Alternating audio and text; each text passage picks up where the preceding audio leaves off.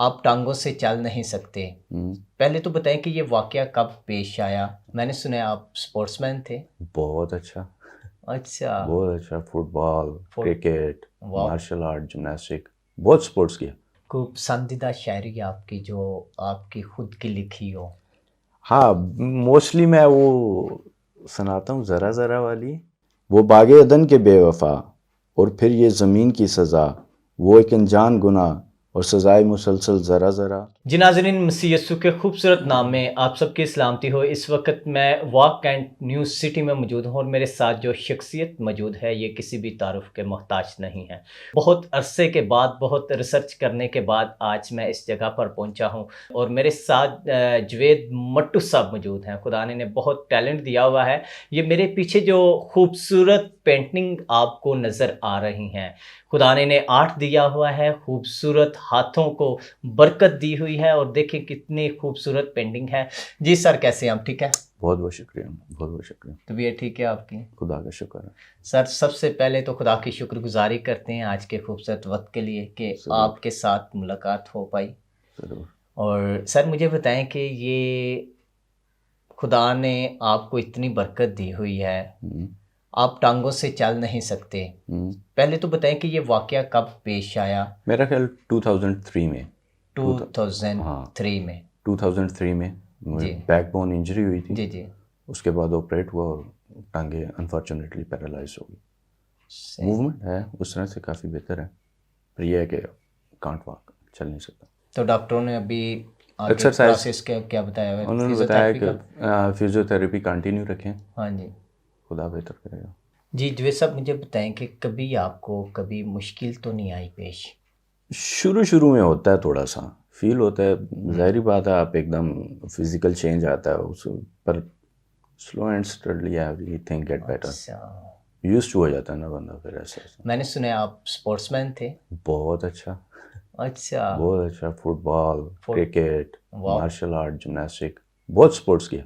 بہت کیا. بہت تو سپورٹس کیا. یہ آرٹ کے بارے میں بتائیں کہ کیا بچپن سے آپ کا یہ شوق تھا؟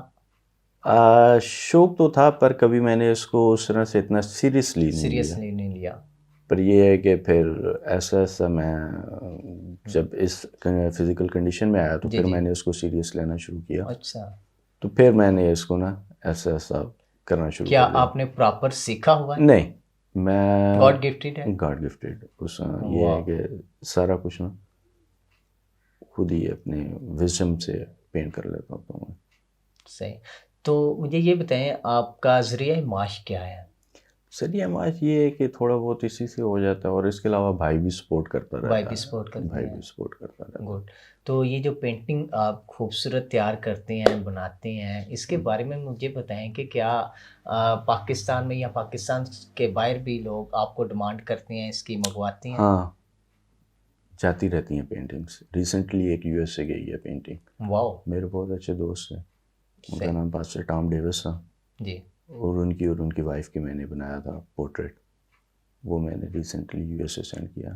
تو یہ جو آپ نے ملکہ الزبتھ کا بنایا وہ میں نے دیکھا بڑا ہی خوبصورت ہے. یہ کتنا وقت لگا؟ یہ کتنی دیر میں آپ یہ تیار کر لیتے ہیں؟ بیسکلی یہ ملکہ الزبتھ میرے بھائی ہوتے ہیں جوزف، جی، یو کے. ان کو بہت شوق ہے. اچھا. He is huge fan of ملکہ الزبتھ. اچھا. تو اکثر نا وہ مجھے کہتے ہیں کہ یار ایک ملکہ الزبتھ کا پورٹریٹ خوبصورت سا بنا کے نا گھر میں لگاؤ. تو یہ ان کی فرمائش پہ. تو ویسے یہ ایک پینٹنگ جو آپ کی یہ کتنے عرصے میں تیار ہوتی ہے؟ ہارڈلی 2 ویکس لگ جاتے ہیں اگر ہم کنٹینیوسلی. میرا یہ ہے کہ میں زیادہ کام کرتا نہیں، 3 یا 4 گھنٹے کام کرتا ہوں زیادہ سے زیادہ. جی. تو لینڈسکیپ بنانا بہت آسان ہوتا ہے. لینڈسکیپ میں اتنا ٹائم نہیں لگتا، 3-4 دن لگ جاتے ہیں موسٹلی، یا 5 دن لگ جاتے ہیں. پورٹریٹ میں تھوڑا ٹائم لگ جاتا ہے. اچھا.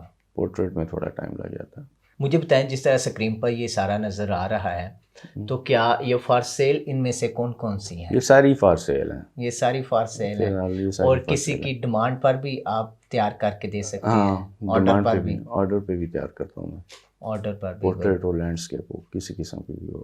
سر مجھے بتائیں کہ آپ گھر میں اکیلے ہوتے ہیں اور آپ کے ساتھ آپ کی والدہ ہیں، کھانے پینے کے بارے میں بتائیں، کیا کھانے کا شوق رکھتے ہیں؟ زیادہ تر پاکستانی ہیں بریانی کھا لیتے ہیں. بریانی خود بھی بناتے ہیں یا نہیں پھر نہیں خود تو نہیں بنتی مجھ سے, خود نہیں بنتی؟ خود نہیں بنتی.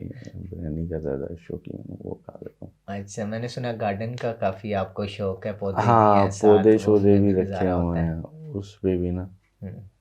تھوڑا بہت ٹائم سپینڈ ہو جاتا ہے. اچھا, جتنے لوگ اس وقت ہمیں دیکھ رہے ہیں انہیں آپ کو میسیج دینا چاہیں. دیکھیں بہت سارے ایسے لوگ ہیں ان کے ہاتھ بھی ہیں پاؤں بھی ہیں, لیکن نہ جانے کیوں وہ ہمتیں ہارے بیٹھے ہوئے ہیں. تو آپ دونوں ٹانگوں سے نہیں چال سکتے, لیکن اتنا بڑا خدا نے آپ کو گفٹ دیا ہوا ہے, اتنا بڑا آرٹ دیا ہوا ہے, کچھ میسیج دینا چاہیں؟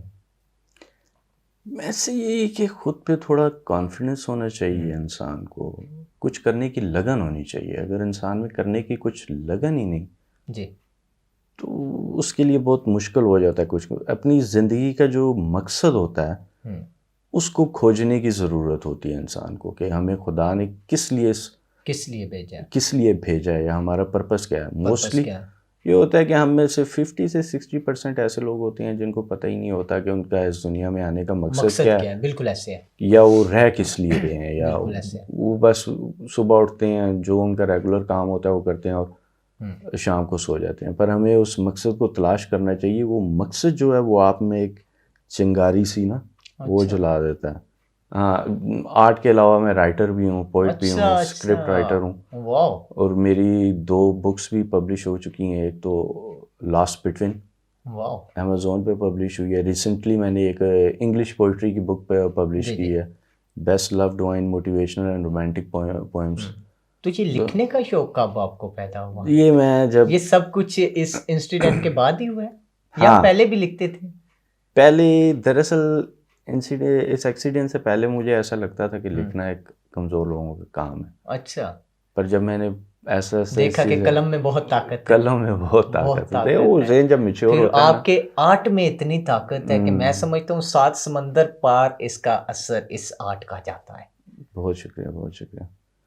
وہ اس کے بعد کیا نام میں نے اس طرح سے سوچنا شروع کیا. پھر میں نے جب مجھے احساس ہوا کہ قلم کی بہت طاقت ہے, پھر میں نے لکھنا شروع کیا. پینٹنگ پینٹنگ کے ساتھ ساتھ قلم سے بھی کچھ نہ کچھ ذریعہ آمدن آپ کا ہو جاتا ہے. میری بکس پبلش ہوتی ہے اور خوش قسمتی سے لوگ خرید بھی لیتے ہیں اور اس کو پڑھ بھی لیتے ہیں. فی الحال امیزون پر اب میں اپنی یہ جو سی میں نے بک لکھی ہے لاسٹ بٹوین, یہ تو بیسکلی پبلش ہوئی ہے امیزون پہ, یہ اویلیبل ہے لاسٹ بٹوین. یہ بیسکلی اسکرپٹس ہیں. تو اس کے علاوہ میری ایک کچھ 2-1 ہفتے پہلے میں نے دوسری پوئٹری بھی, پر یہ ہے کہ کچھ نہ کچھ بک جاتی ہے. پر اب میں کوئی ڈرامہ بھی آفر ہوا ہے لکھنے کی کوشش کی, کوئی لکھا ڈرامہ بھی آپ نے؟ نہیں, ابھی تک تو اسٹوری کوئی ابھی تک کوئی اسٹوری نہیں لکھی. اگر آپ کو آفر کرے, کیونکہ میں نے جہاں تک میری انفارمیشن کے مطابق کہ آپ ایک اچھے اسکرپٹ رائٹر بھی ہیں. ہاں, میں ایک تو یہ لکھا ہوا ہے, اس کے علاوہ ایک اور پہ کام کر رہا ہوں. پر کبھی ایسا ہوا تو ضرور کوشش کروں, کیونکہ آئیڈیاز ذہن میں آتے رہتے ہیں. ابھی ریسنٹلی میں اردو کی پوئٹری کی بک پہ بھی کام کر رہا ہوں اس کو, اور اس کا اردو میں ترجمہ بھی میں نے کر لیا ہوا ہے. تو یہ دونوں بکس جو سی, یہ پوئٹری کی بک اور یہ والی اس کا جو ترجمہ کیا ہوا ہے لاسٹ بٹوین کا, بالکل ان دونوں کو اکٹھا ہی پبلش کروں گا میں. کوئی پسندیدہ شاعری آپ کی جو آپ کی خود کی لکھی ہو؟ ہاں, موسٹلی میں وہ سناتا ہوں ذرا ذرا والی.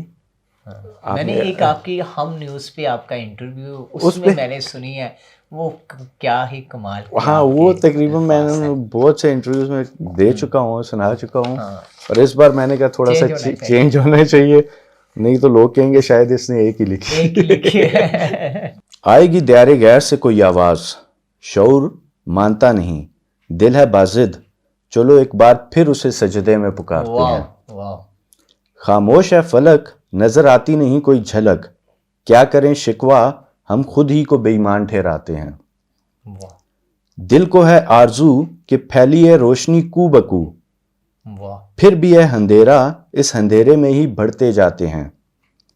ہو کوئی رنج بے پناہ یا کٹھن راہ گزر طویل, سنا ہے وہ پیمانوں سے سمندر کی حدیں ناپتے ہیں. لوگ کہتے ہیں ہواؤں میں قاصد ہوتے ہیں,